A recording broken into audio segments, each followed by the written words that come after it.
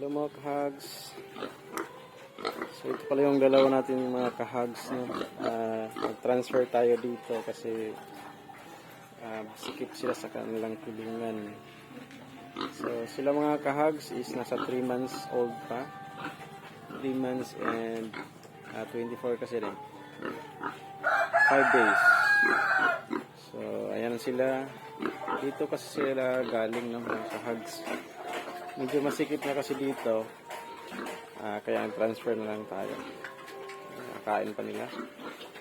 So yung mga malalaki, yung nakahiga, kapatid nila yun. Ito, ayan, yung pinakamalaki. So yun. Ito yung dalawa. So yun lang mga kahags. Ito namang dalawa, yan. Ano yan? Magkapatid din sila. 2 months din sila. Mag 3 months ngayong January 16.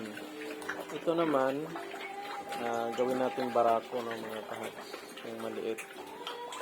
1 month kapin pa yan, ha? Sobra 1 month. Okay, mga kahags, update lang tayo mga kahags. So, ito lang muna mga kahags, yung update natin sa ating mga patabaing baboy. Fattener natin.